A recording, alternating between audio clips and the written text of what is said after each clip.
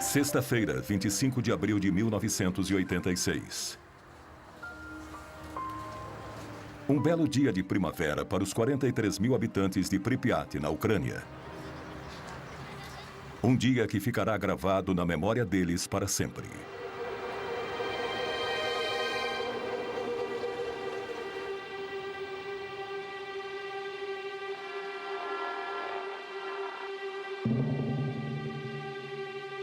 A 3 quilômetros da cidade fica a usina nuclear Vladimir Ilyich Lenin, que emprega milhares de pessoas. Nesta noite, os 176 funcionários do Bloco 4 têm ordens de realizar um teste no sistema de alimentação automática de combustível do reator, que tem como objetivo economizar energia. À 1h23 da madrugada, os sistemas de segurança estão desativados e o teste começa. Uma série de explosões acontece dentro do reator. Enquanto Pripyat dorme tranquilamente, o chão da usina começa a tremer.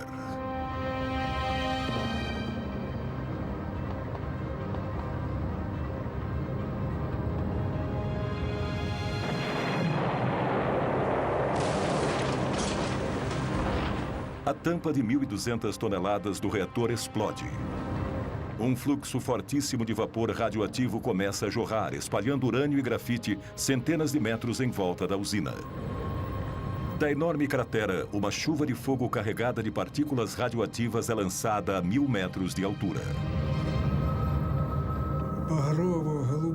Eram várias cores muito brilhantes. Laranja, vermelho, azul. Parecia um arco-íris. Foi lindo. O pior acidente nuclear da história tinha acabado de acontecer. Recebi um telefonema bem cedo, por volta das 5 da manhã. Disseram apenas que tinha havido um acidente na usina nuclear de Chernobyl.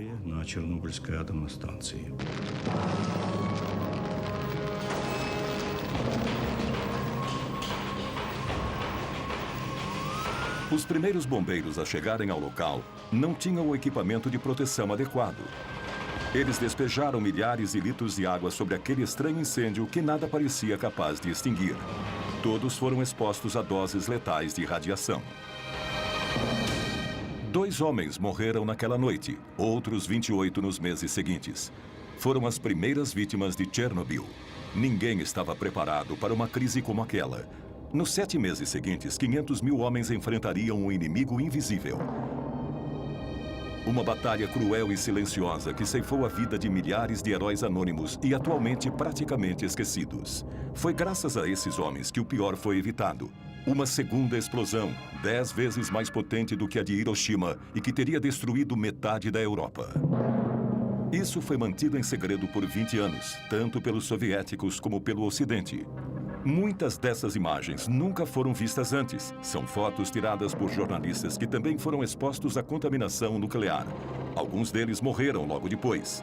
Essas imagens contam a história de uma guerra secreta, cujas consequências continuam 20 anos depois, tornando o desastre ainda pior. Esta é a verdadeira história do desastre de Chernobyl.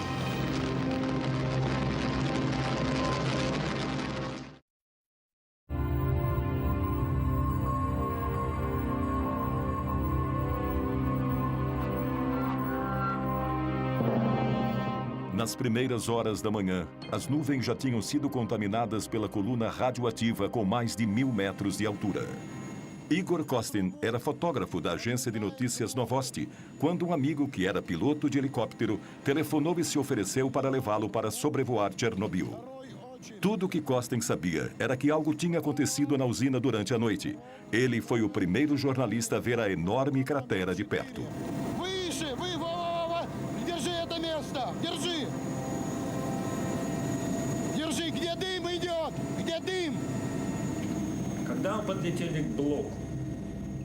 Nós nos aproximamos do Bloco 4 e começamos a sobrevoá-lo. Não tínhamos ideia do risco que estávamos correndo. Quando sobrevoamos o bloco, eu abri a janela do helicóptero. Eu não percebi que estava cometendo um grande erro. A fumaça fina e transparente que ele via subindo das ruínas era pura radiação. Costin foi um dos poucos repórteres que esteve em Chernobyl e conseguiu sobreviver à radiação. Quando abri a janela, não ouvi nenhum ruído. Estávamos bem acima das ruínas do reator. Eu sentia como se estivesse flutuando no espaço, como se estivesse num túmulo. O silêncio era mortal. Eu não ouvia nada, nem mesmo o helicóptero. Nada. Era um buraco negro. O silêncio era sepulcral.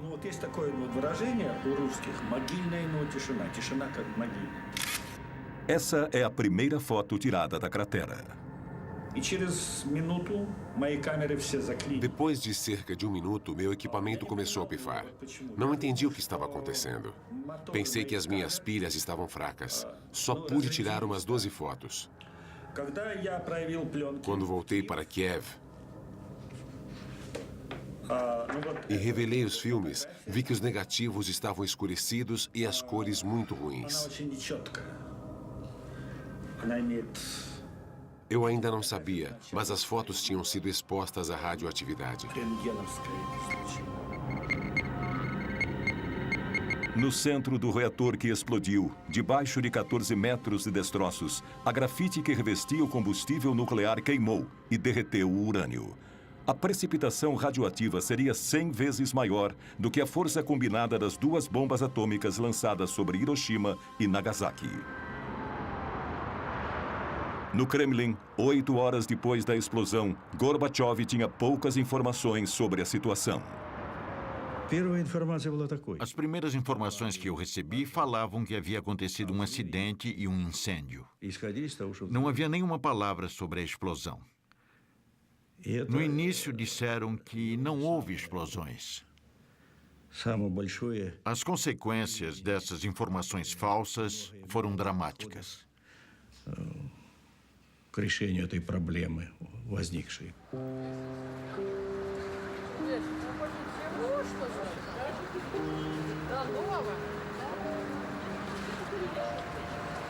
Para os 43 mil habitantes de Pripyat, a vida continuava normalmente.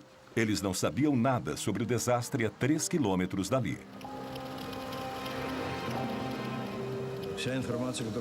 As informações que tínhamos era de que tudo estava em ordem, inclusive o reator. Quando questionei o acadêmico Alexandre, ele me disse que o reator estava em segurança absoluta, que poderia ser montado na Praça Vermelha. Parecia simples como acender uma vela, como ferver água na Praça Vermelha.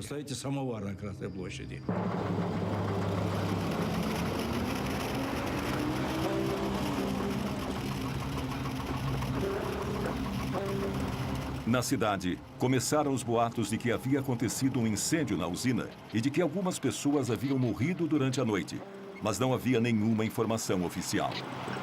Os raios brancos nessas imagens são resultado da radioatividade no filme. As pessoas nas ruas olhavam para os soldados mascarados espalhados pela cidade sem entender. O coronel Gremeniuk comandou as tropas responsáveis por manter a situação sob controle. As pessoas sentiam um gosto estranho na boca, um gosto diferente, metálico, um gosto meio ácido. Dizem que a radiação não tem gosto. Só mais tarde é que percebemos que era o gosto do iodo radioativo.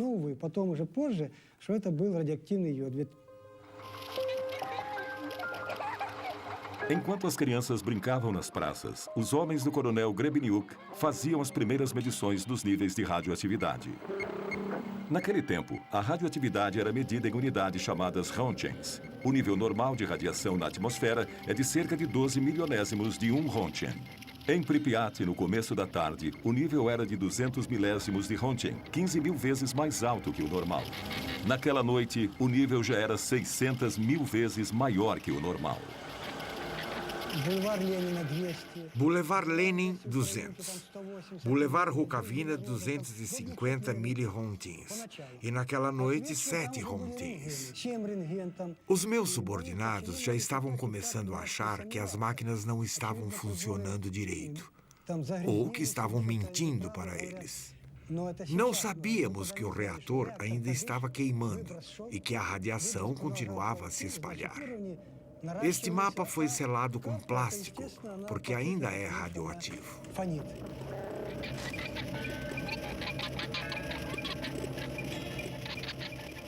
Acredita-se que o ser humano possa absorver até 2 röntgens por ano sem ser afetado. Mas a contaminação é letal se o corpo recebe mais de 400 röntgens.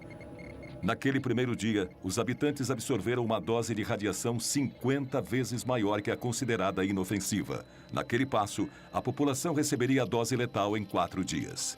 Para entender a situação, o coronel enviou uma patrulha para fazer medições na área externa da usina.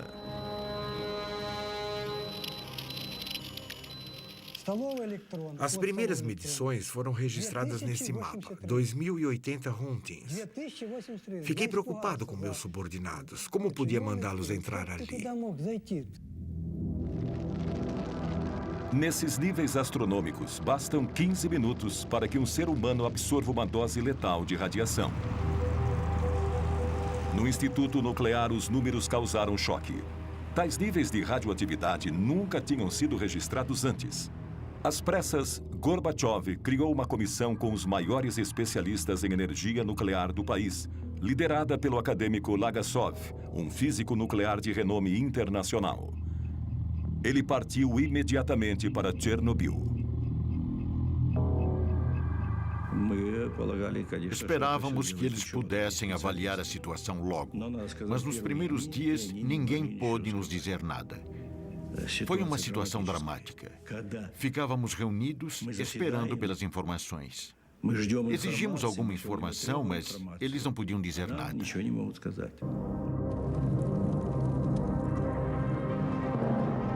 20 horas após a explosão, o nível de radioatividade continuava a subir. Naquela altura, as portas e janelas já deveriam estar seladas e a população deveria estar tomando pílulas de iodo para combater os efeitos da radioatividade, mas nada disso tinha sido feito.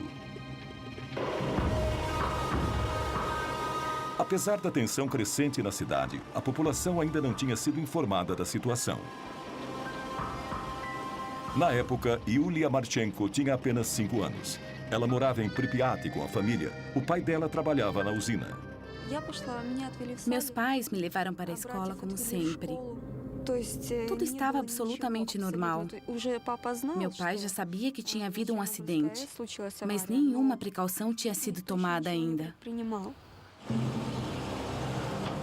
30 horas após a explosão, as primeiras medidas de segurança começaram a ser tomadas. Mais de 1000 ônibus chegaram. Às 2 da tarde, o exército anunciou que todos os moradores iriam ser retirados da cidade.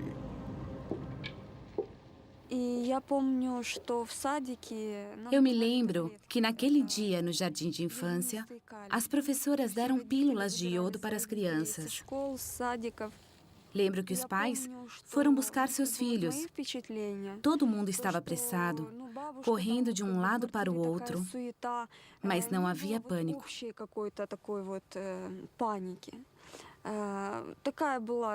Achávamos que era temporário, que íamos voltar em alguns dias. Para evitar pânico, as autoridades esconderam a gravidade da situação. Os moradores tinham um prazo de 2 horas para pegar suas coisas e aguardar na porta de suas casas.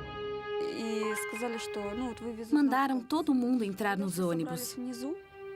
Lembro perfeitamente bem de ter que escolher os brinquedos que ia levar.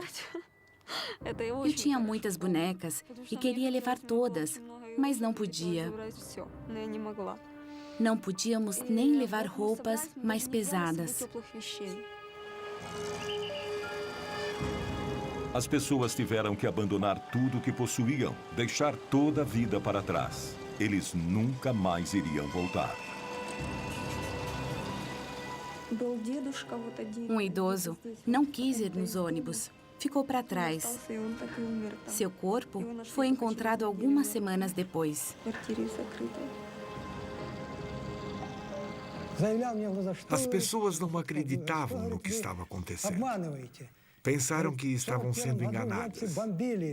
Os mais velhos lembravam da ocupação alemã e diziam que em 1941 havia bombas, mas que agora não havia nada. Eles não acreditavam num inimigo invisível, mas não havia tempo para explicações. Meus soldados e eu estávamos apenas cumprindo ordens.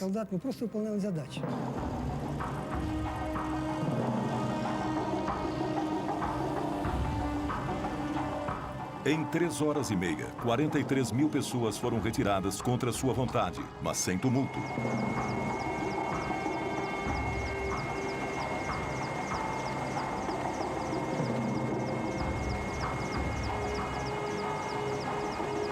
Os ônibus começaram a levar os primeiros refugiados atômicos da Europa. Eles tinham sido expostos a doses de radiação que podiam alterar a composição do sangue e estimular o desenvolvimento de cânceres. Ну, как я нахожу, что, по-моему, скоро его отмоют. Скоро люди здесь будут жить. Ну, еще что вам сказать? Город должен жить. Красивый город. Вот я сейчас смотрю напротив стадиона. Здесь должны дети играть. Ну, без риска, по-моему, нигде нельзя.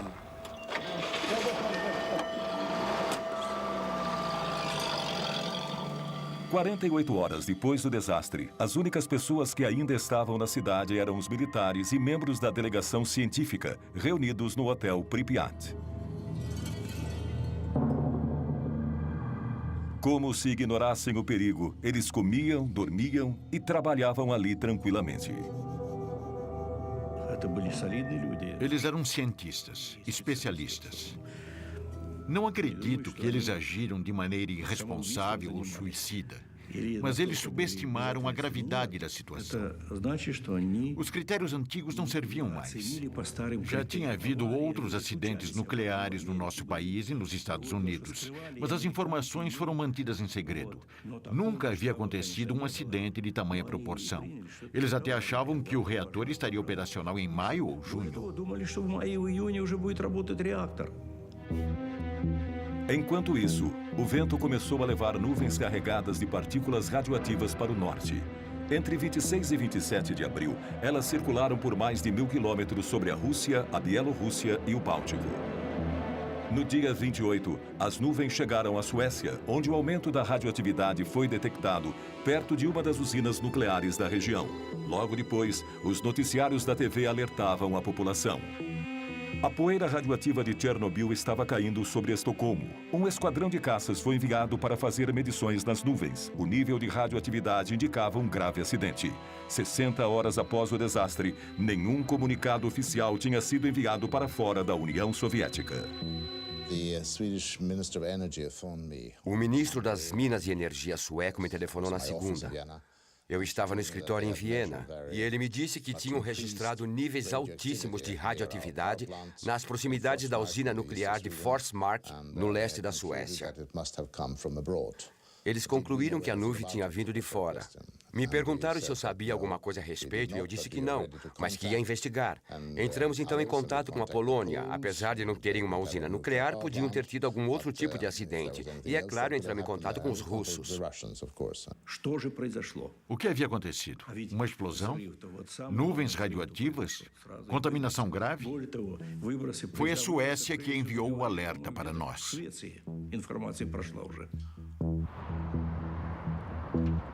3 dias depois do acidente, enquanto Gorbachev ainda estava tentando reunir dados, os satélites espiões americanos e europeus se voltaram para a União Soviética e descobriram as ruínas da usina ucraniana. A fumaça que saía da enorme cratera aparecia claramente nas imagens.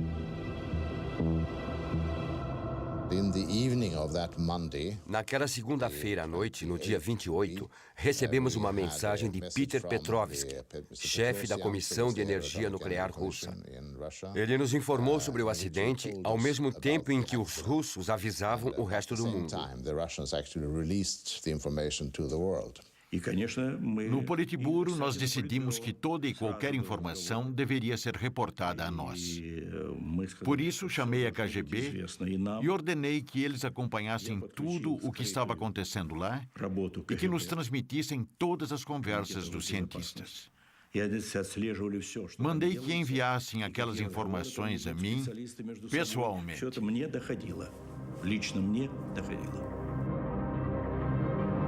Foram necessárias 48 horas para que se tivesse informações precisas sobre o desastre. Foram 2 dias inteiros, durante os quais os 43 mil habitantes de Pripyat ficaram expostos à contaminação. E o problema continuava. Na parte inferior do reator, 1.200 toneladas de magma incandescente continuavam a queimar a mais de 3.000 graus, liberando gases e poeira radioativa na atmosfera. A Europa inteira estava à mercê dos ventos.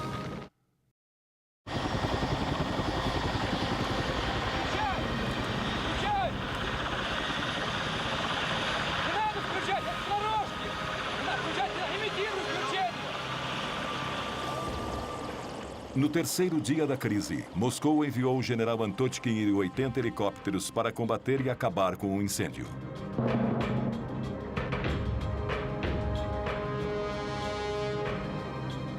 Quando chegou, o general sobrevoou o reator em ruínas a 200 metros de altitude.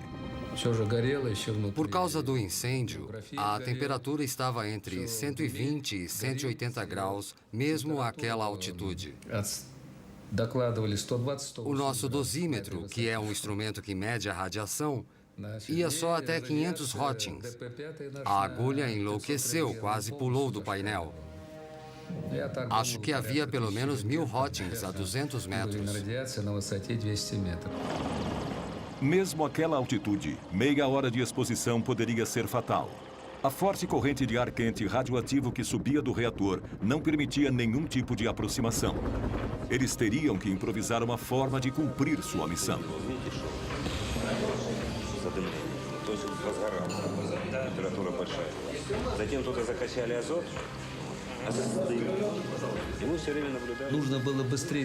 Algo tinha que ser feito o mais rápido possível. Tínhamos que apagar o incêndio e selar o reator para podermos nos aproximar e fazer outros trabalhos, além de impedir que a poeira radioativa se espalhasse ainda mais, coisa que o vento já estava fazendo. Tínhamos que agir rapidamente.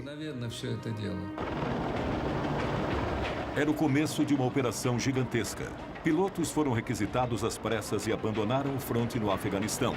Os soldados tinham que jogar sacos de areia de 80 quilos sobre o fogo, usando apenas as mãos. Eles esperavam abafar o incêndio, enchendo o reator com toneladas de areia e ácido bórico, que ajuda a neutralizar a radiação. No primeiro dia foram 110 sobrevoos, no dia seguinte 300. O nível de radiação sobre o reator estava acima de 3.500 rontgens, quase 9 vezes mais alto que o nível letal. Alguns pilotos fizeram 33 voos num só dia. Cada vez que sobrevoavam, eles recebiam 5 ou 6 rontgens. Se fossem devagar, a taxa era ainda maior.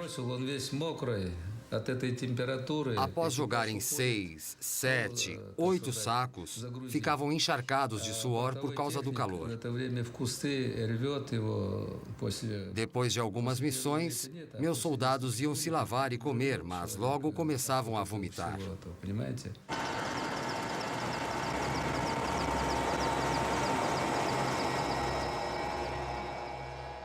As vítimas foram enviadas para o hospital número 6, em Moscou.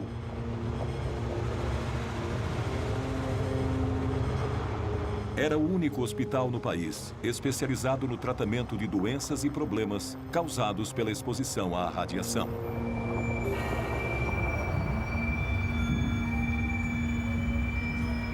Os sintomas iniciais da exposição à radiação, enjoos, vômitos, náusea e diarreia, são seguidos por um período de latência. Só bem mais tarde, os piores sintomas aparecem, como a deterioração da medula óssea e o aparecimento de queimaduras horríveis, que destroem todos os tecidos. Para nós do hospital era muito difícil ver os pacientes psicologicamente falando. Eles vinham direto do aeroporto e quase todos eram muito jovens. Eles chegavam durante o período de latência e, por isso, geralmente chegavam se sentindo bem. Nós os vestíamos todos iguais, com o mesmo tipo de pijama. Eles chegavam brincando, mas nós já sabíamos que muitos deles iam morrer. 27 morreram bem depressa.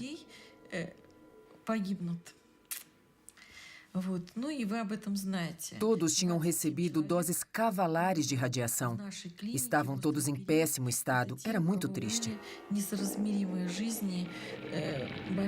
E todos eles tinham queimaduras terríveis pelo corpo, alguns pelo corpo todo.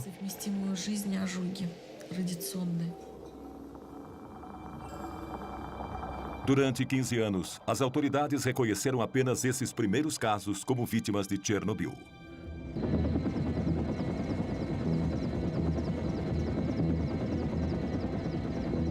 A 30 quilômetros a leste da usina, a floresta foi completamente queimada pelo deslocamento de ar radioativo causado pela explosão.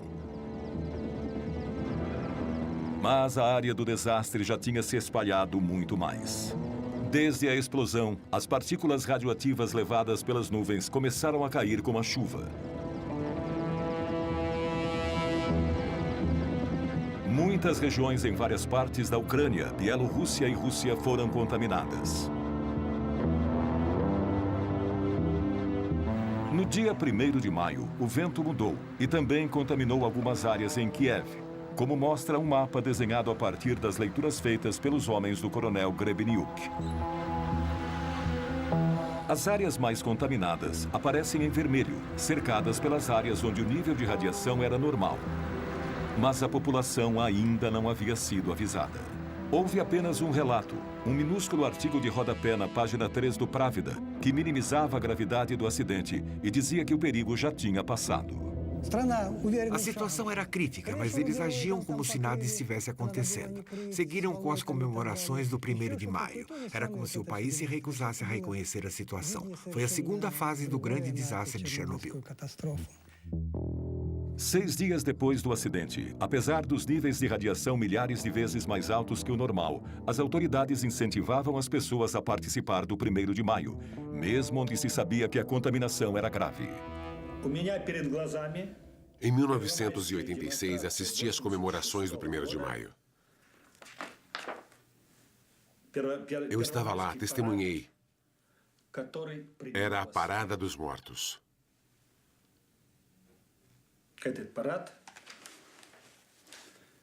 E as mortes seriam terríveis.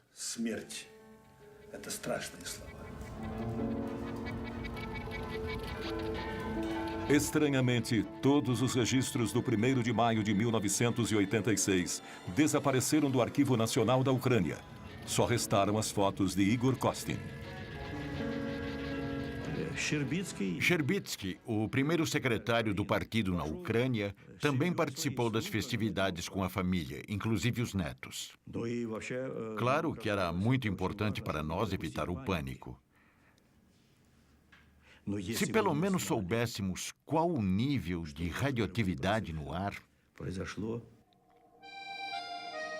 Quantas pessoas foram contaminadas durante as comemorações? Nenhum único estudo foi publicado ainda.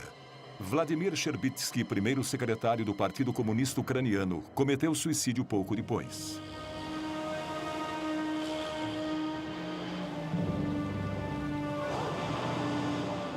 Uma semana após a explosão, o êxodo continuava. Os moradores de Chernobyl, a 7 quilômetros da usina, foram retirados, assim como todos os habitantes das cidades num raio de 30 quilômetros ao redor da usina. 130 mil pessoas tiveram que se mudar, e muitas já estavam contaminadas.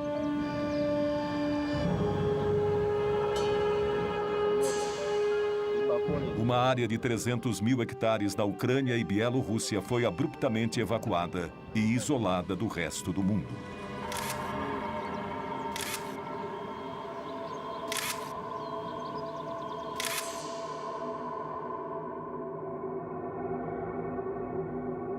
uma vasta região dizimada.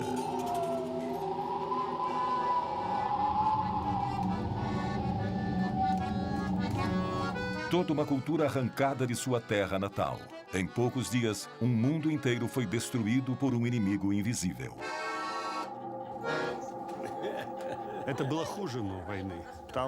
Foi pior do que a guerra. Porque você não via o inimigo. Na guerra, você vê os canhões, as metralhadoras, os tanques. Aqui não se via nada. A radiação estava por toda parte. Ela atravessava as pessoas. Ela ataca e só depois você começa a sentir seus efeitos. Às vezes, anos mais tarde. É assustador.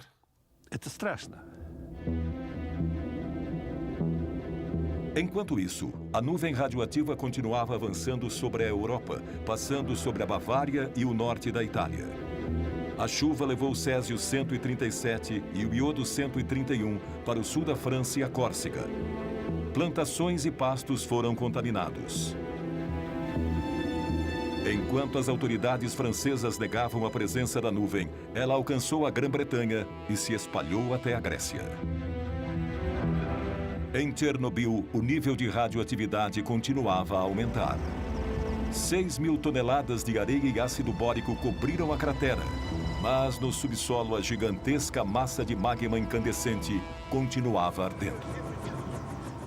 10 dias depois do desastre, Gorbachev convidou pessoalmente Hans Blix, o diretor da poderosa Agência Internacional de Energia Nuclear, para visitar o local. Foi o primeiro especialista e o primeiro ocidental a visitar Chernobyl.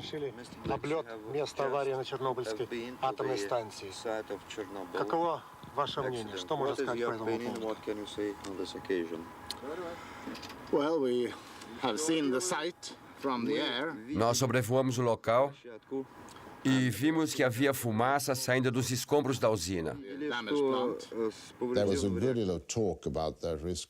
Falou-se sobre o risco de uma segunda explosão. Falaram sobre isso quando estávamos em Moscou. Um amigo nosso, parente de um dos especialistas, ligou para ele e disse que havia rumores de que um segundo reator poderia explodir também.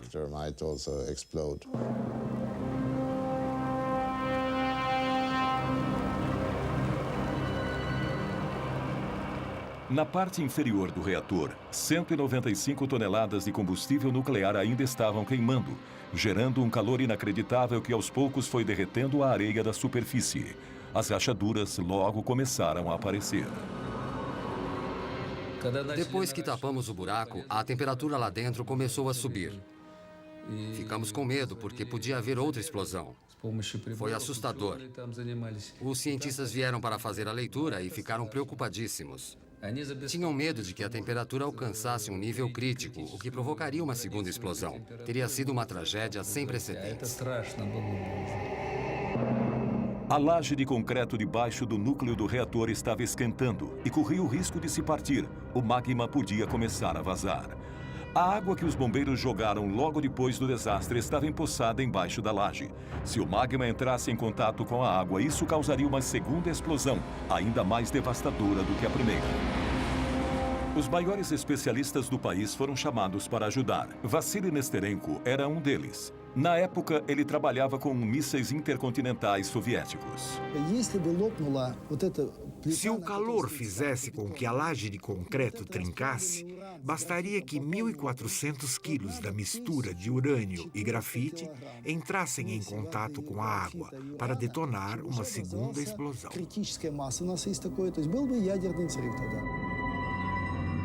Essa explosão seria comparável à de uma bomba atômica gigantesca.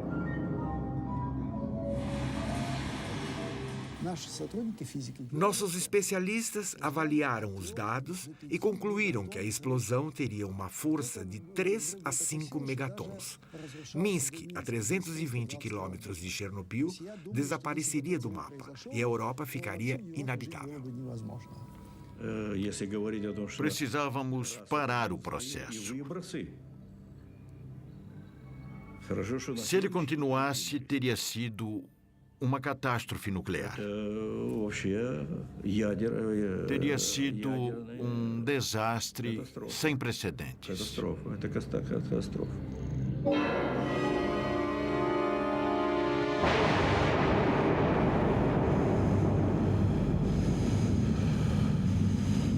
Essa segunda explosão seria acompanhada por uma onda de choque e um aumento gigantesco da radioatividade, que acabaria com milhares de vidas em questão de horas.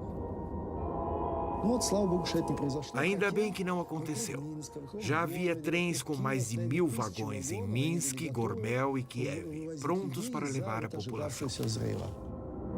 A situação era crítica. Em Moscou, o governo decretou 2 medidas de emergência. A primeira foi enviar um batalhão de bombeiros para retirar a água acumulada sob o reator. Mais tarde, eles seriam declarados heróis nacionais, mas sofreriam com as sequelas da radiação para o resto da vida. A segunda medida era selar a fissura para abaixar a temperatura definitivamente. Em 2 dias, os homens despejaram 2.400 toneladas de chumbo dentro do reator. Começamos a despejar o chumbo e a temperatura caiu na hora. Ele foi bem absorvido e selou a fenda conforme ia derretendo e, com isso, a radiação diminuiu. Só que parte desse chumbo derreteu em contato com o fogo, evaporou e ficou na atmosfera. 20 anos depois, ainda há sinais de chumbo nos doentes de Chernobyl.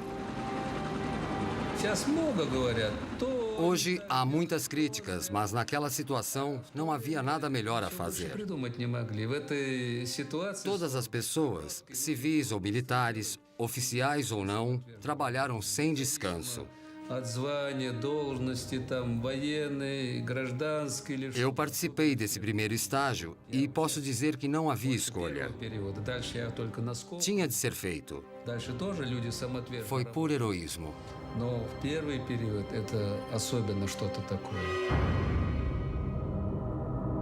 Durante a operação, 600 pilotos foram contaminados. Todos morreram, mas seus esforços adiaram o pior por alguns dias. Embora tivesse sido coberto, o incêndio não tinha acabado. Sobrevoos com helicópteros não iam resolver o problema. Era preciso chegar mais perto, entrar na fissura. Mas como?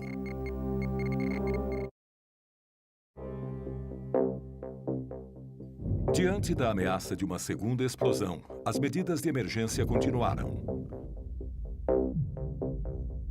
A planta da usina revelou que era possível chegar à zona ativa através dos túneis de cabos e canos feitos de concreto. Uma delegação de técnicos do Instituto Kurchov se aventurou no labirinto. Era uma tarefa difícil, já que parte dos túneis tinha sido destruída pela explosão.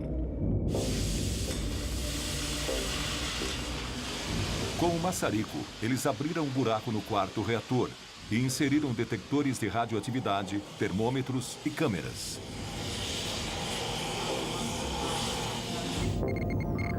O resultado foi aterrador. Os níveis de radiação eram astronômicos e o que eles mais temiam se confirmou. O magma quente tinha trincado a laje de concreto, vazado para uma área inferior vazia e agora ameaçava se infiltrar ainda mais. O risco de haver uma explosão era de 5, 10%. Drenamos a água debaixo do reator, mas era preciso fazer mais. Tínhamos que pôr alguma coisa embaixo do reator para impedir que o magma se infiltrasse. Alguma coisa que o impedisse de vazar. Nada impedia que o magma se infiltrasse ainda mais no subsolo arenoso. Abaixo do reator, havia um enorme sistema aquífero que abastecia o país inteiro.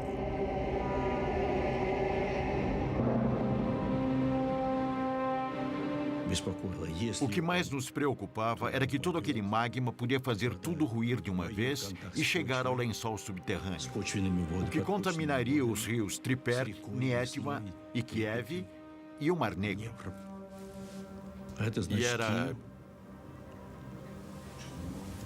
E era imperativo encontrar uma solução. Cogitou-se uma nova operação, mas que causaria mais mortes. No dia 12 de maio de 1986, 17 dias depois da primeira explosão, os mineiros de Tula, a 1000 quilômetros de Chernobyl, receberam a visita do vice-ministro de Minas e Energia.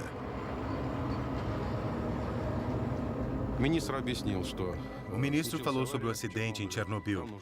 Disse que precisava de mineiros da nossa região de Moscou e nos deu 24 horas para reunirmos os nossos pertences. No dia seguinte, um ônibus nos pegou numa praça e nos levou para o aeroporto de Moscou. No dia 13 de maio, nossos camaradas já estavam trabalhando em Chernobyl.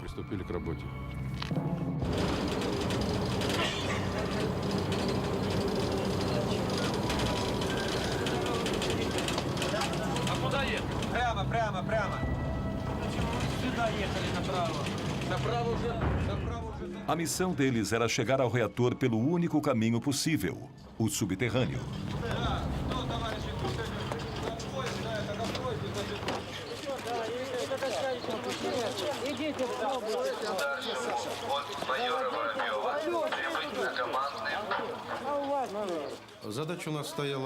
Nossa missão era uma só.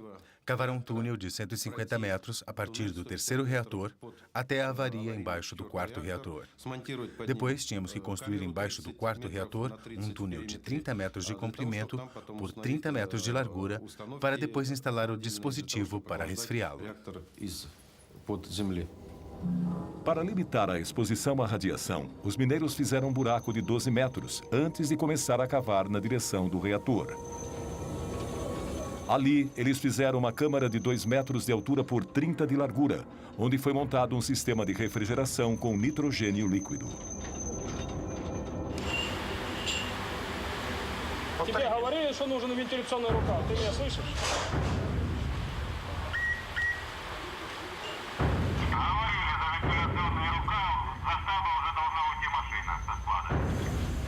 Em um mês, 10 mil mineiros da Rússia e da Ucrânia desceram ao túnel. Todos tinham entre 20 e 30 anos. Lá dentro não havia ventilação e por isso a temperatura chegava a 50 graus. A radioatividade era de no mínimo 1 Rontgen por hora. Trabalhamos sem nenhum equipamento de proteção. Não dava para usar máscaras porque o filtro ficava úmido em questão de minutos. Todo mundo trabalhava sem nada, até sem camisa.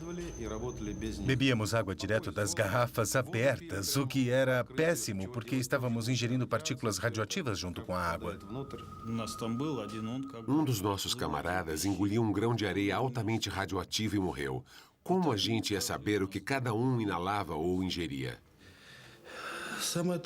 O mais difícil era a falta de oxigênio. E o calor insuportável. Era absurdamente quente.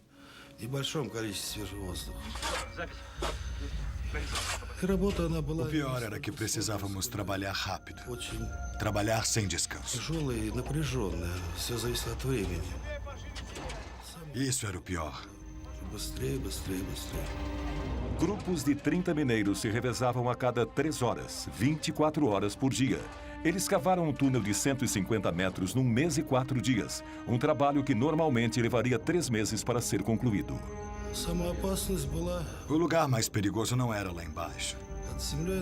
Não havia muita radiação embaixo do reator.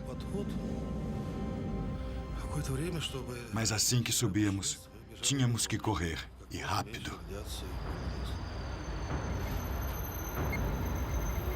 A radioatividade na entrada do túnel era 300 vezes mais alta. Nenhum único mineiro foi poupado da exposição. E nenhum foi informado da gravidade do perigo que estava correndo.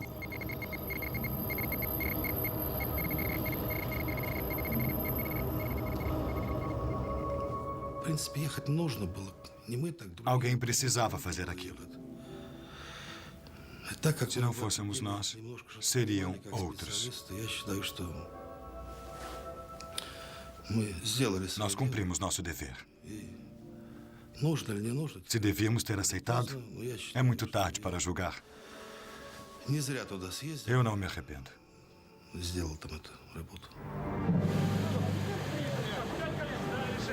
Os mineiros cumpriram a missão, mas o sistema de refrigeração nunca chegou a ser montado.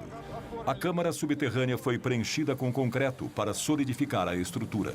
Segundo dados oficiais, cada mineiro recebeu de 30 a 60 rontgens. Mas os sobreviventes afirmam que receberam até 5 vezes mais. Estima-se que um quarto desses homens morreu antes dos 40 anos de idade. 2.500 vidas se perderam, mas não constam de nenhuma estatística oficial.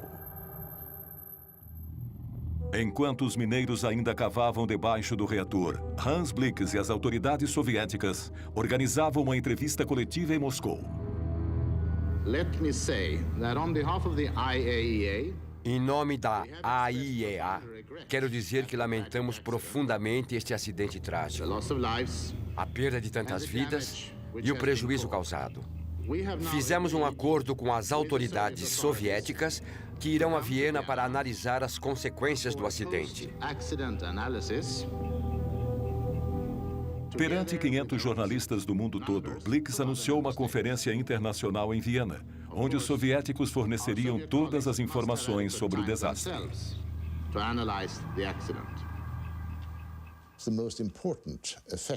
O resultado mais importante da entrevista coletiva foi que o povo russo passou a acreditar no governo.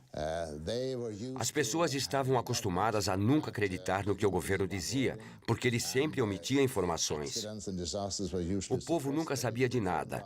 Então, quando ouviram as notícias do acidente, ficaram com medo que fosse pior. E era.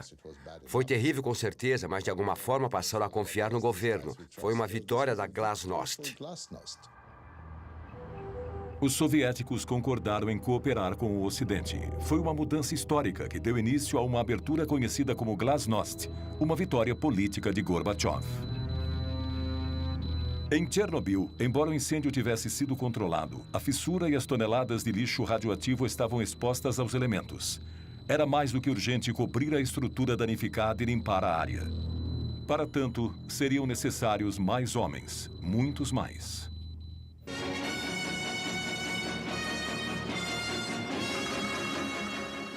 Добрый вечер, товарищи. 18 dias após o desastre, Gorbachev falou ao povo soviético. Авария на Чернобыльской атомной электростанции. Она больно затронула советских людей, взволновала международную общественность. Мы впервые реально столкнулись с такой грозной силой, какой является ядерная энергия, вышедшая из-под контроля. Вся работа, по сути, ведется круглосуточно. Задействованы научные, технические, экономические возможности всей страны. O país todo foi mobilizado. Nada de formalidades burocráticas. Se alguém tinha o que precisávamos, pegávamos. A preocupação com os custos ficou para depois. Pegávamos tudo de que precisávamos. Era uma situação de emergência. O general Nikolai Tarakhanov comandou as tropas terrestres. Em apenas um ano, 100 mil soldados e oficiais passaram por Chernobyl. Eram todos reservistas. Foram convocados pelas autoridades das cidades onde viviam e enviados para o fronte. Militares ou civis, oficiais ou soldados rasos, eles ficaram conhecidos como liquidadores, um termo inventado naquela situação. Sua missão, liquidar, acabar com a radioatividade. Сначала ходишь первые дни, прячешься, одеваешь маску, а потом уже забываешь, даже на производстве уже забываешь одевать ее. Уже как дома, чувствуешь себя действительно, привыкаешь здорово. Все улыбаются, все довольны. Водку не продают. Вообще в Москве такой слух был, что на Чернобыль приезжает, водителям каждый день дают 150 грамм этого. Я с женой разговаривал 150, и да. рассказываю, говорю, в столовую заходишь 150, выходишь 150. Она, ты хоть закусывай там. Самое интересное, тут просто нет. Igor Kostin era um dos 5 repórteres autorizados pelo Kremlin a fazer a cobertura. Fato inédito num país onde tudo era mantido em segredo. 3 dos seus colegas já haviam morrido. Não havia títulos, nada de ministros, generais ou soldados. Ninguém dizia, eu sou general, faço o que eu mando. Todo mundo estava fazendo o melhor que podia. E foi assim que começou a operação batizada de liquidação do acidente de Chernobyl. 100 mil soldados, além de 400 mil civis, operários, engenheiros, enfermeiras, médicos e cientistas de cada república soviética passaram por Chernobyl. A União Soviética estava travando sua última e maior batalha. 500 mil pessoas. Havia mais homens em Chernobyl do que os que lutaram contra Napoleão. Só que o nosso exército tinha sido contaminado.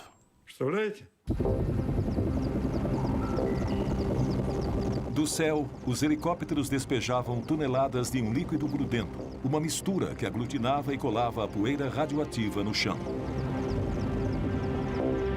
Enquanto isso, brigadas de liquidadores ficaram encarregadas de limpar a área, casa por casa, e remover a camada de poeira radioativa que cobria tudo.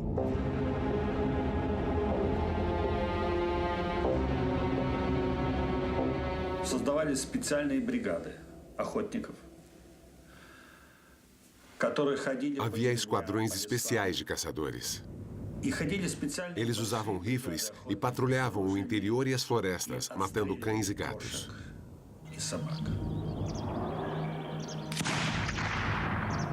Todos os animais tiveram que ser mortos, porque depois de vagar pelas áreas mais contaminadas, estavam encharcados de radioatividade e podiam contaminar os liquidadores.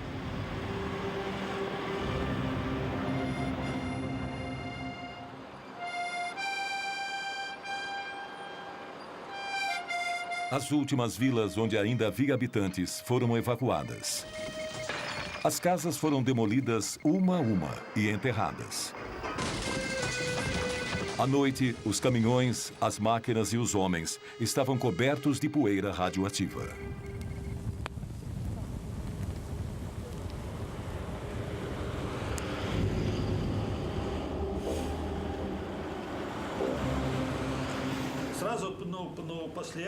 Um amigo me falou, Igor, vamos rápido tomar banho.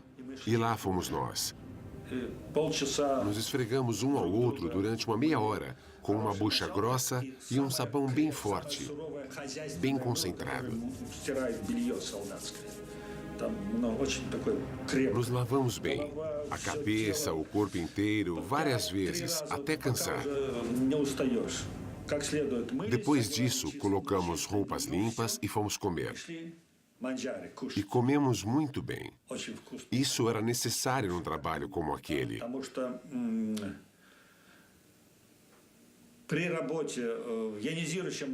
Porque com a radiação ionizante, você precisa estar forte, bem forte, porque toda essa radiação se aloja nos pontos mais fracos do seu organismo e lá se instala.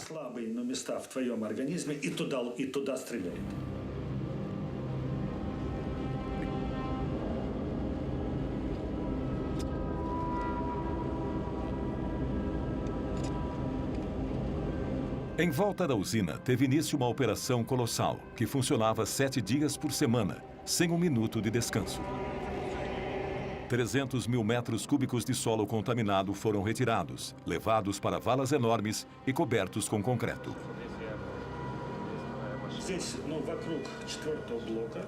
Aqui, em volta do quarto reator, foi onde as missões mais perigosas aconteceram. 8 semanas depois da explosão, os liquidadores atacaram o coração do problema. Para neutralizar o lixo tóxico a longo prazo e impedir que se espalhasse ainda mais, o reator inteiro teria que ser isolado. Lev Bocharov foi um dos engenheiros que desenhou a enorme estrutura que cobriria o quarto reator completamente. Um sarcófago de aço e concreto de 170 metros de comprimento por 66 metros de altura. Aquele foi um projeto único.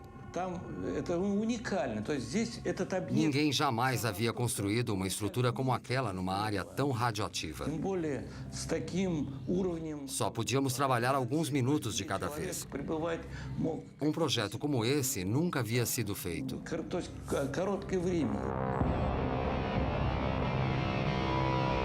Era um desafio gigantesco. Como construir uma estrutura colossal num lugar onde as pessoas só podiam trabalhar alguns minutos, às vezes segundos, de cada vez? Uma situação como aquela exigiria maior capacidade de improvisação dos liquidadores e colocaria mais vidas em risco.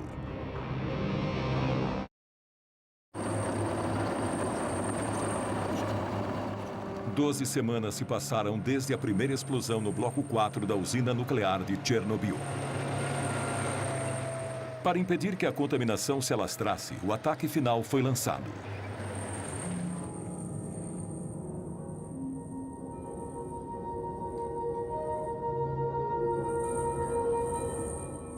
A radioatividade naquele setor era tão alta que só máquinas controladas à distância podiam trabalhar ali. Só que alguém tinha que levar essas máquinas até o local. Os trabalhadores só podiam ficar ali alguns minutos. Caso contrário, receberiam uma dose letal de radiação. Cada segundo aumentava o risco de vida. Esse era um dos veículos blindados. Parece primitivo, mas nós mesmos tivemos que construir. Tivemos que forrar inteiramente as cabines com chumbo para proteger os soldados da radiação da melhor maneira possível.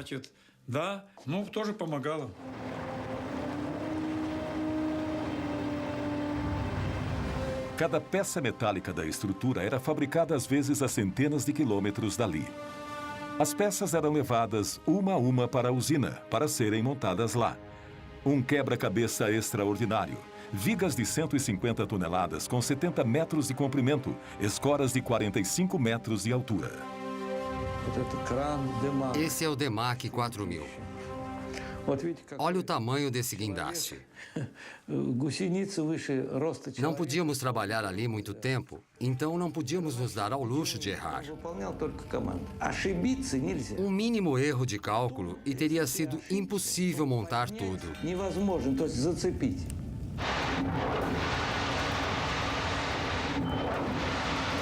Apesar das péssimas condições, o trabalho progredia. 100 mil metros cúbicos de cimento foram utilizados na estrutura. Mas a descoberta de um novo problema suspendeu o trabalho. O teto da usina estava coberto por pedaços de grafite contaminados.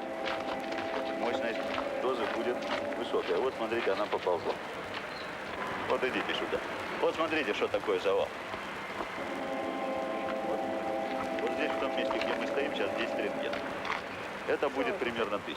Вот около вот этого колпака примерно 200. Все, пойдемте. На сегодня хватит нам. Выходим, пойдемте. И ты тоже выходи оттуда. Eram blocos de grafite que cobriam as barras de urânio e voaram durante a explosão. Um único pedaço emite radiação suficiente para matar um homem em menos de 1 hora. Era essencial se livrar deles antes de continuar com a construção.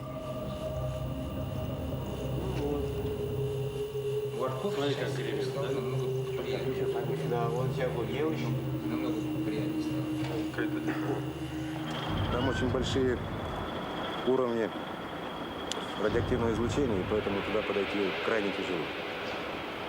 Ну и зачем туда пускать людей, когда может техника сработать?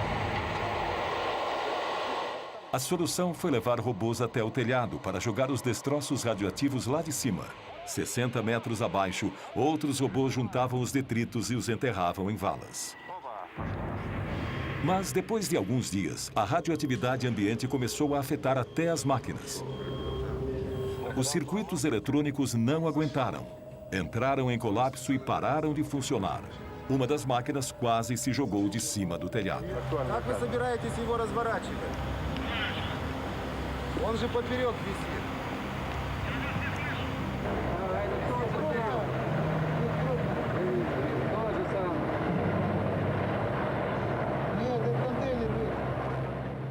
o uso de robôs teve que ser descartado.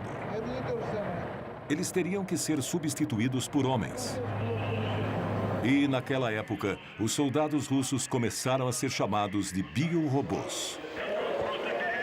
Um batalhão de jovens se preparava para subir no telhado do terceiro reator pela primeira vez. Todos tinham entre 20 e 30 anos de idade. Eram todos reservistas, convocados para a batalha mais perigosa e mortal em Chernobyl. Nenhum ser humano jamais tinha trabalhado em áreas com uma radioatividade tão alta. O general Nikolai Tarakhanov comandou a operação e supervisionou pessoalmente os mínimos detalhes, como as proteções de chumbo que os soldados foram forçados a fazer à mão na véspera da operação. Os flancos, as costas, as botas.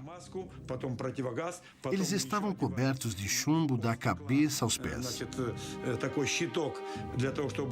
Tinham chumbo no capacete, na máscara de proteção contra os raios beta. Tinha um chumbo no avental especial e na luva com dupla camada protetora. O uniforme completo pesava entre 26 e 30 quilos.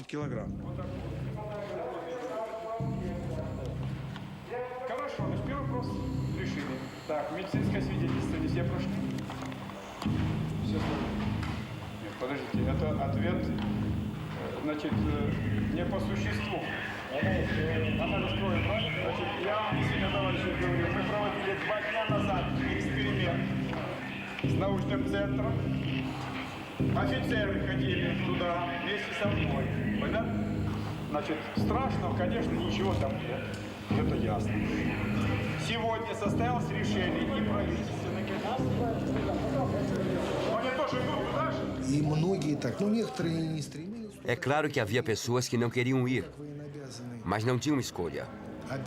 Eram reservistas, tinham que ir. А вот лично мое мнение было, надо было ехать и отдать свой долг.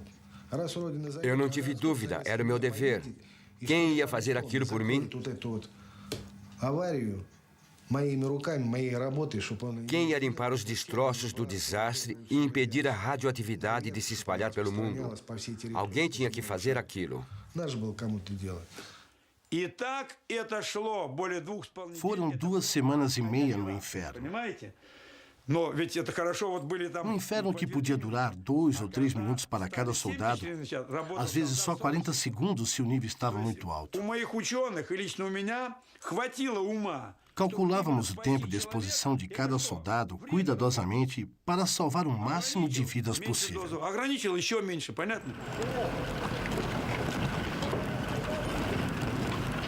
Quando a sirene tocava, um grupo de 8 soldados ia para o telhado junto com um oficial. A missão era bem simples: juntar os destroços radioativos o mais rápido possível e jogar tudo para baixo.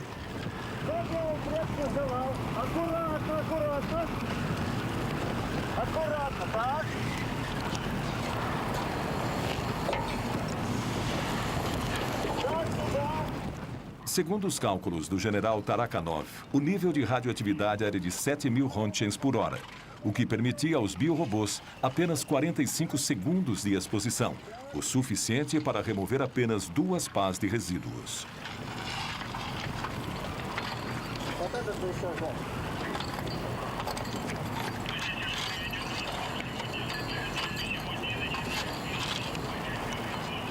У каждого была своя маленькая долика, это как обычно, как вот в любое дело. Parecíamos formigas. Assim que os primeiros terminavam a tarefa, eram substituídos imediatamente por outros. Todo mundo trabalhava, por menos tempo que fosse. Foi assim, juntos, que combatemos a radioatividade. Durante 10 dias, grupos de biorobôs ficavam no telhado por 10 minutos. Segundo os militares, 3.500 pessoas participaram da limpeza. Algumas, como Igor Kosten e Konstantin Fedotov, subiram ao telhado 5 vezes.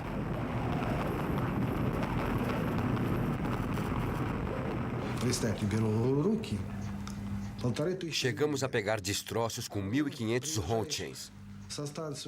Depois de um dia de trabalho, as mãos doíam tanto que você não conseguia nem fechar o punho. Это последствия вот этого.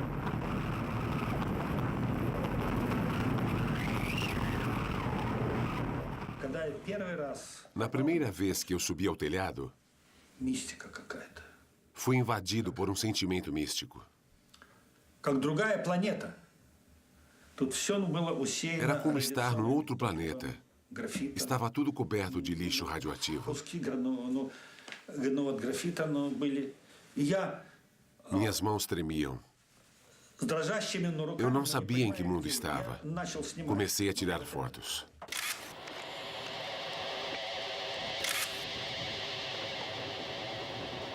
Dá para ver traços de radiação no filme. Eu estava segurando a câmera assim, e ela emanava do solo. Вот излучение.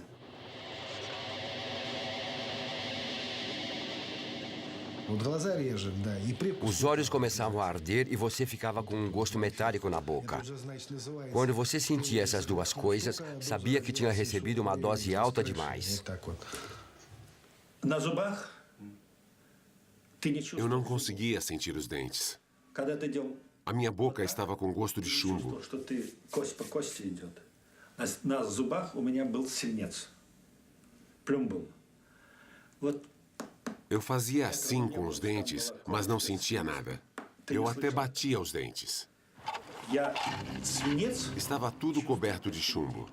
Até hoje, 20 anos depois, ainda sinto aquele gosto de chumbo na boca. По сей день во рту. Depois, milhares de pessoas descobririam que aquele gosto estranho era o indício do ataque de um inimigo invisível. Enquanto os biorobôs sacrificavam a vida no telhado da usina, a limpeza prosseguia numa área de 30 quilômetros ininterruptamente.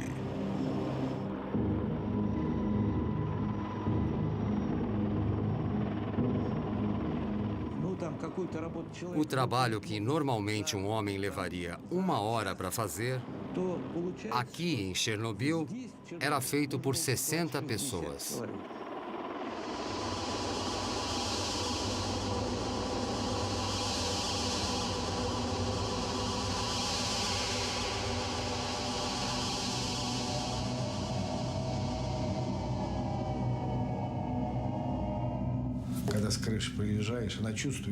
Quando a gente descia do telhado, parecia que todo o nosso sangue tinha sido sugado por vampiros. Estávamos exaustos. Não podíamos nem nos mexer. Tinha gente que sangrava pelo nariz. Os bombeiros ficavam de plantão. Se alguém começasse a sangrar pelo nariz, era levado para o hospital na hora. Se alguém desmaiava, era mandado para casa. Mas todos queríamos aguentar firme.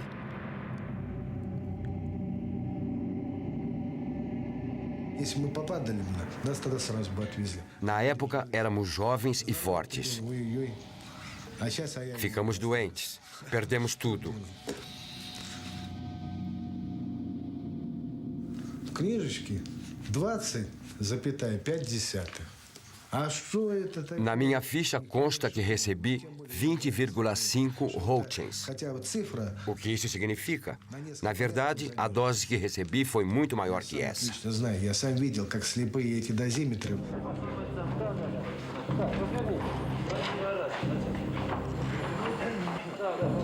Позвольте мне от оперативной группы Министерства обороны СССР вручить вам почетный гроб.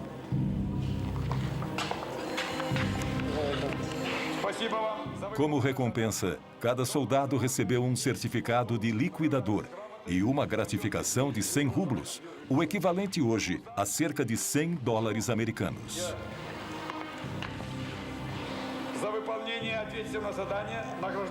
Eles arriscaram a vida, mas conseguiram reduzir o nível de radiação em apenas 35%. Quando mandaram aquelas pessoas para o telhado, não sabíamos qual era o nível de radiação. Hoje sabemos que estava entre 10 e 12 mil roentgens por hora. Nesse nível, ninguém deveria estar lá.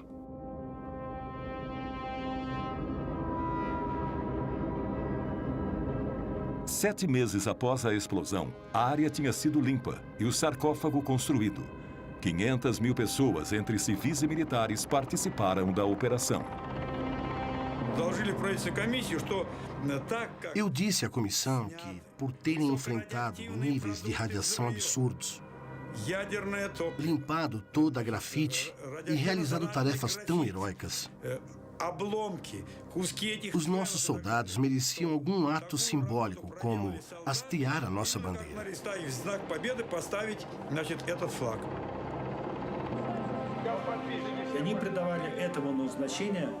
Hastear a nossa bandeira ali foi como hasteá-la no Reichstag, quando o Exército Vermelho conquistou o fascismo. Para aqueles soldados, a bandeira era um símbolo do triunfo sobre a radioatividade.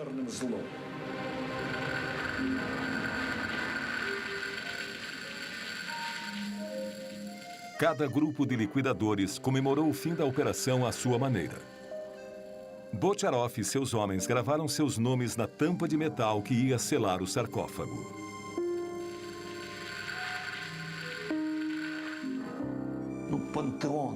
O sarcófago é um panteão. Um túmulo. Um mausoléu. Nosso segundo mausoléu. Depois daquilo, paramos de construir usinas nucleares.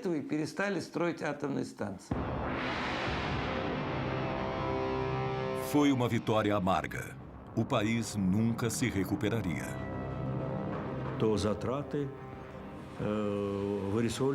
Aquilo nos custou 18 bilhões de rublos. Cada rublo na época valia $1. 18 bilhões. É muita coisa se considerarmos que logo depois o preço do petróleo entrou em colapso. Não dá para calcular os problemas que o nosso país e a perestroika enfrentaram.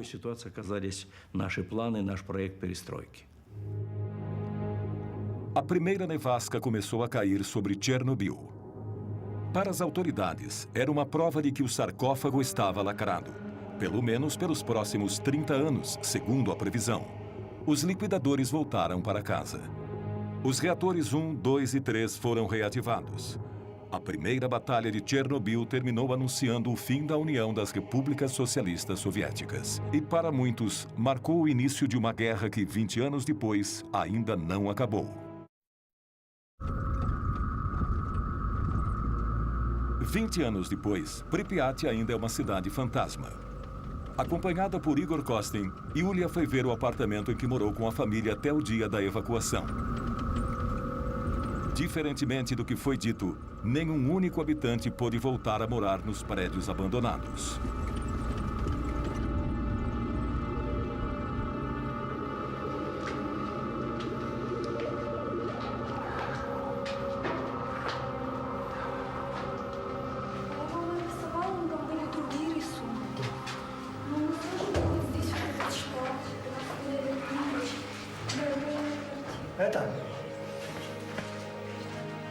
Потрогай стену, раз ты пришла к себе домой.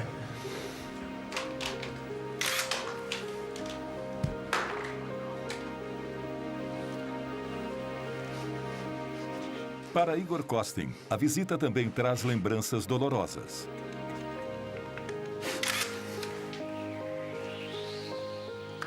Ele foi exposto à radiação durante os 7 meses em que cobriu a operação. Desde então, tem que ficar hospitalizado mais de 2 meses todos os anos. Новую энергию в завтрашний день. Родина, как никто, больше дает энергию человеку. Это твоя родина, твоя земля сейчас впитала все мощное, что только может быть отсюда.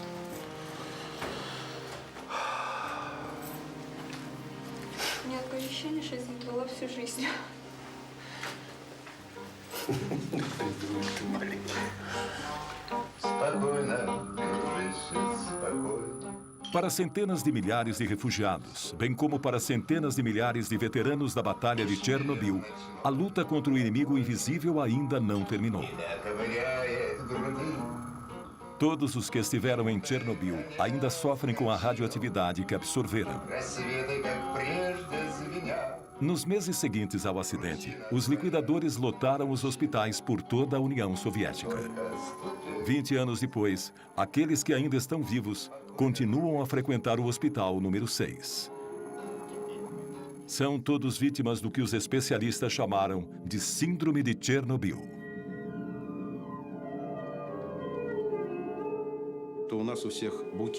Os sintomas são muitos: coração, estômago, fígado, rins, sistema nervoso. Nosso corpo todo sofreu com as mudanças radicais no metabolismo causadas pela radiação e exposição química. Quando os liquidadores voltaram para casa, estavam exaustos, incapazes de voltar a uma vida normal. 20 anos mais tarde, muitos dos que sobreviveram estão incapacitados, não podem trabalhar. Parece que as autoridades esqueceram suas dificuldades e diminuíram o valor das pensões. Os veteranos da guerra do Afeganistão ainda estão vivos, enquanto nós morremos aos poucos. Escrevi um poema sobre isso. Estou cheio de tristeza, nostalgia e angústia. É como uma bala na têmpora que nada pode deter. E a mãe reza em segredo para que Deus poupe a vida do seu filho. Esses homens não tinham nem 30 anos quando foram convocados para lutar contra o átomo. Hoje nem completaram 50 anos, mas têm as limitações de pessoas mais velhas. Segundo o exército, dos 500 mil liquidadores de Chernobyl, 20 mil já morreram. 200 mil estão oficialmente incapacitados. Você não sabe quanto tempo vai viver ou que doença vai acabar matando você.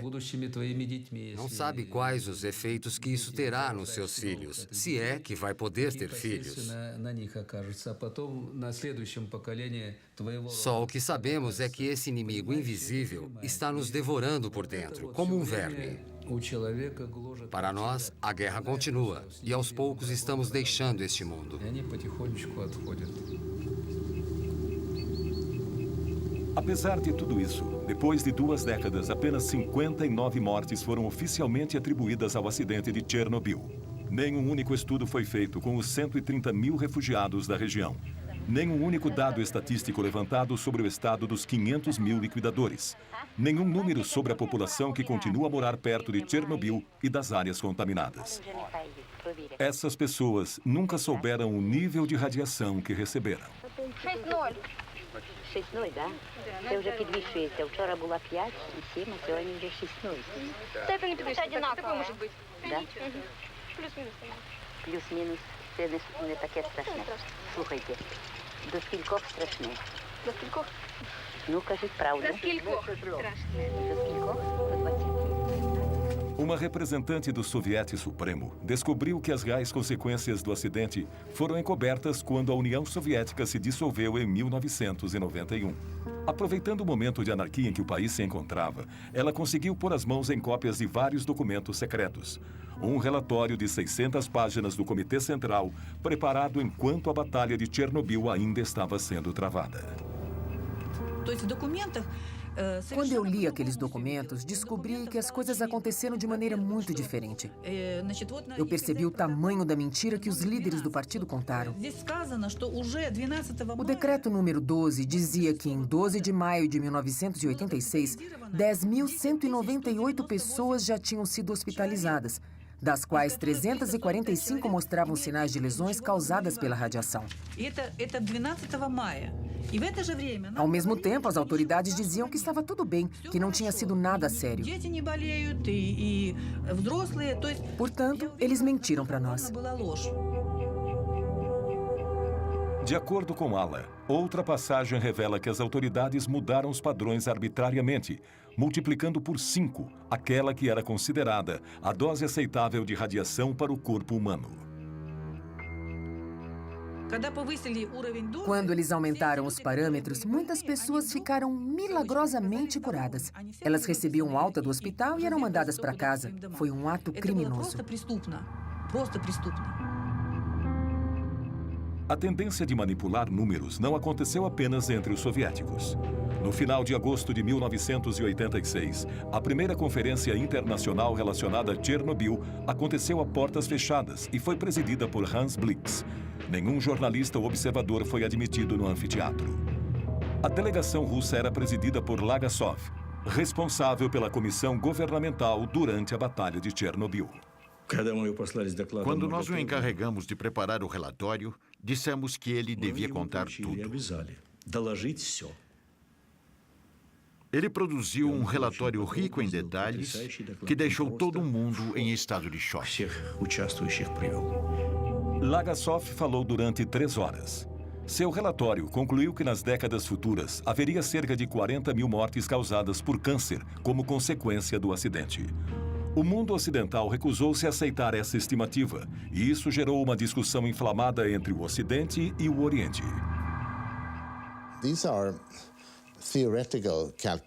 São cálculos teóricos baseados no modelo de Hiroshima. O efeito a longo prazo da exposição a um determinado tipo de radioatividade mata uma quantidade X de pessoas. Então, multiplica-se por 10. Presume-se que seja por 10. Esse foi o cálculo. Não é um número exato, não é empírico. Os números se mostraram extremamente flexíveis. Ao final da conferência, não se falava mais em 40 mil vítimas, mas sim em 4 mil prováveis mortes. Quase 20 anos depois, em setembro de 2005, esse foi o número oficial de vítimas do desastre. A oposição mais ferrenha à política de transparência dos soviéticos foi a dos franceses, que negaram que a nuvem radioativa passou sobre o seu país. Est-ce qu'on a constaté quelque chose au-dessus de la France? Non, parce que les vents ne vont pas dans cette direction-là. Les vents tournent dans le sens inverse des aiguilles d'une montre. Il n'y a pas lieu du tout de s'inquiéter. C'est sans aucun danger pour la santé publique. 20 anos depois, na França e principalmente na Córcega, foram registrados vários casos de câncer de tireoide, do mesmo tipo e gravidade daqueles vistos em Chernobyl. O elemento mais perigoso que saiu do reator de Chernobyl não foi o césio, não foi o plutônio. Foi a mentira. A mentira de 86, é assim que a chamamos. Uma mentira que se espalhou como a radioatividade pelo país e pelo mundo inteiro.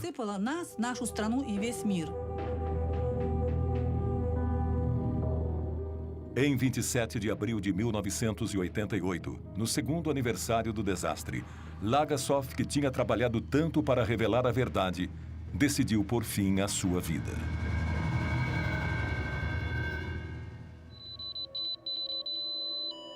Atualmente, como metáfora perfeita da mentira institucionalizada, as partículas radioativas arremessadas do reator na explosão continuam a envenenar o solo. "20 anos após o acidente, a região de Chernobyl continua inabitável.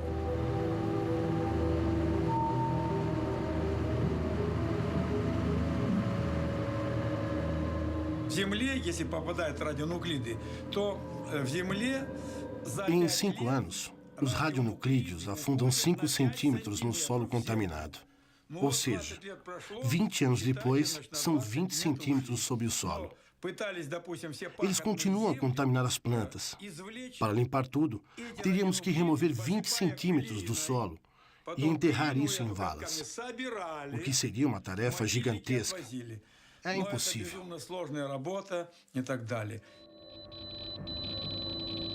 Atualmente, 8 milhões de pessoas vivem em áreas contaminadas na Ucrânia, Rússia e principalmente na Bielorrússia.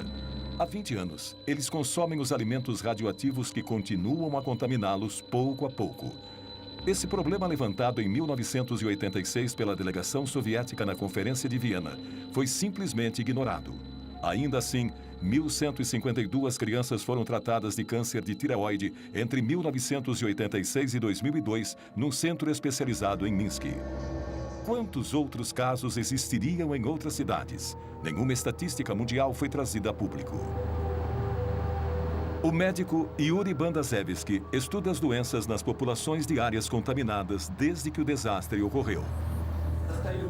Quando suas conclusões foram publicadas em 1996, foram condenadas imediatamente. Preso e oficialmente condenado por corrupção, ele passou os 5 anos seguintes na prisão. Em novembro de 2005, ele ainda estava sob prisão domiciliar. Vejam o que acontece quando a mãe é contaminada com césio durante a gravidez. Numa única família, olhem quantas deformidades.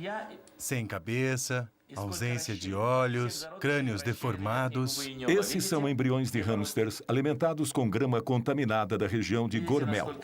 Resultado, ninhadas inteiras de animais deformados. Eu fiquei horrorizado com o número de embriões deformados desenvolvidos em animais alimentados com comida contaminada por césio. Eu obtive um número horrível de deformidades em 2 semanas. Geralmente, quando você encontra um monstro, você pode descrevê-lo. Vocês devem conhecer o Museu Constacameira, de Pedro Grande, em São Petersburgo. Bem, na verdade, eu mesmo poderia criar quantos monstros eu quisesse.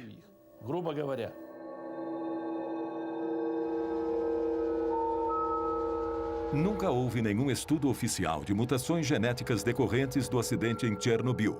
Apesar disso e dos mais de 1000 abortos espontâneos que ocorreram após o desastre, centenas de crianças sofrem com os efeitos da radiação.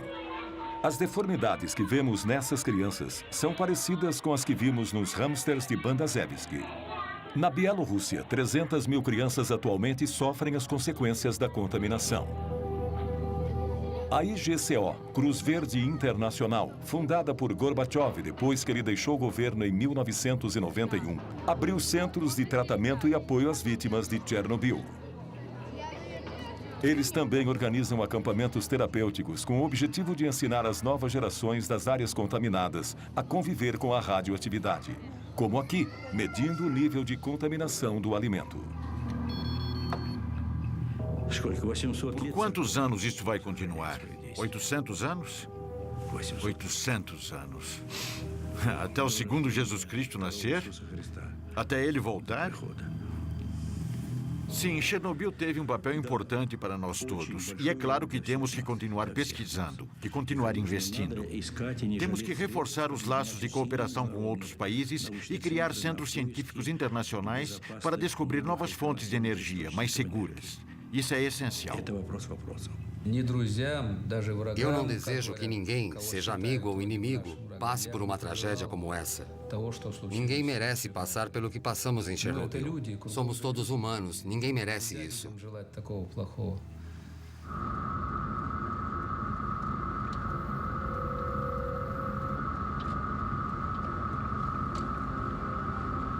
Bem no meio da região, a 10 quilômetros da usina nuclear e escondida na floresta, está Chernobyl 2. Há 20 anos, ninguém podia se aproximar desse enorme radar militar. O olho secreto de Moscou à procura de mísseis americanos. O fato de ter sido desativado após a explosão condiz com o que o acidente de Chernobyl parecia prenunciar. O uso de armas é uma coisa terrível. Usar armas nucleares é muito pior. Chernobyl foi um acidente com um único reator, um acidente limitado, cujas consequências ainda enfrentamos. Houve 2 bombas, Hiroshima e Nagasaki. As consequências dessas bombas também são sentidas até hoje.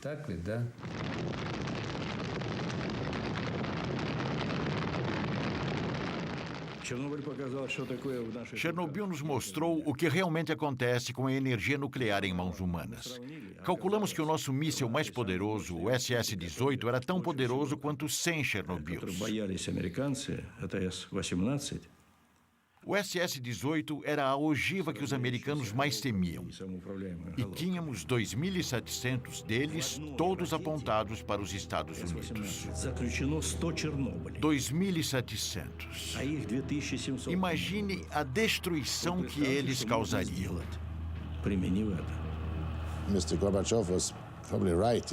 Gorbachev estava certo em dizer que Chernobyl foi a melhor representação da radioatividade fora de controle. De certa forma, ele também disse que temos que nos afastar das armas nucleares. 1 ano e meio após o acidente em Chernobyl, Gorbachev desativou todas as ogivas nucleares com alcance entre 500 a 5.000 quilômetros. 10 anos mais tarde, o tratado que proibia testes nucleares foi assinado por países do mundo todo, menos pela Índia.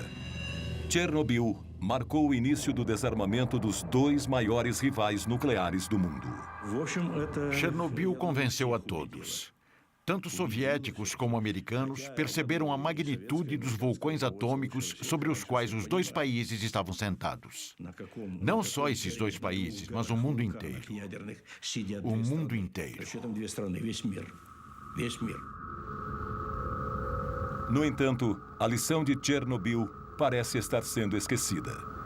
Enquanto isso, sob o sarcófago do reator número 4, o veneno ainda é letal. Em 2001, os 3 reatores de Chernobyl foram desativados definitivamente. Mas 20 anos depois da explosão, os ponteiros do dosímetro ainda ficam malucos na base do sarcófago. Os níveis de radioatividade 100 vezes acima do normal contaminam os arredores da usina. A estrutura está enfraquecida pela chuva e pela erosão. Desde sua construção, 3.000 liquidadores têm vigiado na tentativa de evitar danos. Construímos o sarcófago para durar 30 anos. Achávamos que 30 anos depois da explosão, poderíamos construir um novo sarcófago sem ter que retirar os moradores. 20 anos se passaram e nada foi feito ainda. Ele tem que ser substituído, mas a Ucrânia não tem dinheiro para isso. Nós também não. Um novo sarcófago está sendo construído, mas sua montagem já está 10 anos atrasada. É uma estrutura de 108 metros de altura que deve cobrir o primeiro sarcófago completamente e que custará $1 bilhão. Hans Blix gerencia o fundo para a construção. Ainda não terminamos de construir o sarcófago novo, que estará pronto em alguns anos. Depois que ele estiver pronto, todo o resíduo radioativo poderá ser removido.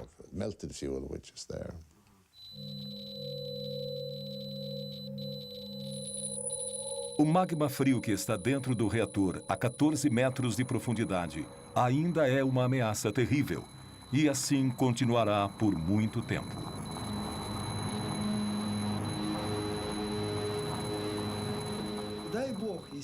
Rezo a Deus para que o sarcófago nunca se rompa. Seria a pior coisa que poderia acontecer, porque lá dentro há 100 quilos de plutônio. 1 micrograma é letal para o ser humano, ou seja, há plutônio suficiente ali para contaminar 100 milhões de pessoas. A meia-vida do plutônio, isto é, o tempo que metade dele leva para desaparecer, é 245 mil anos, o que pode ser considerado uma eternidade. Há certas áreas onde jamais haverá vida novamente. Apesar desse aviso terrível, o desarmamento nuclear que começou com Chernobyl está sendo questionado nos dias de hoje.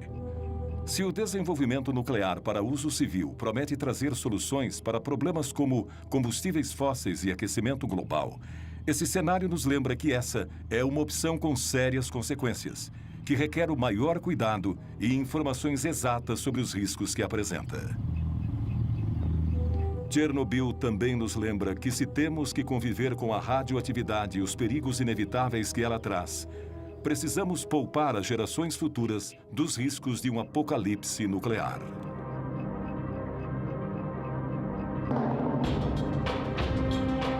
Versão brasileira, Tempo Filmes, São Paulo.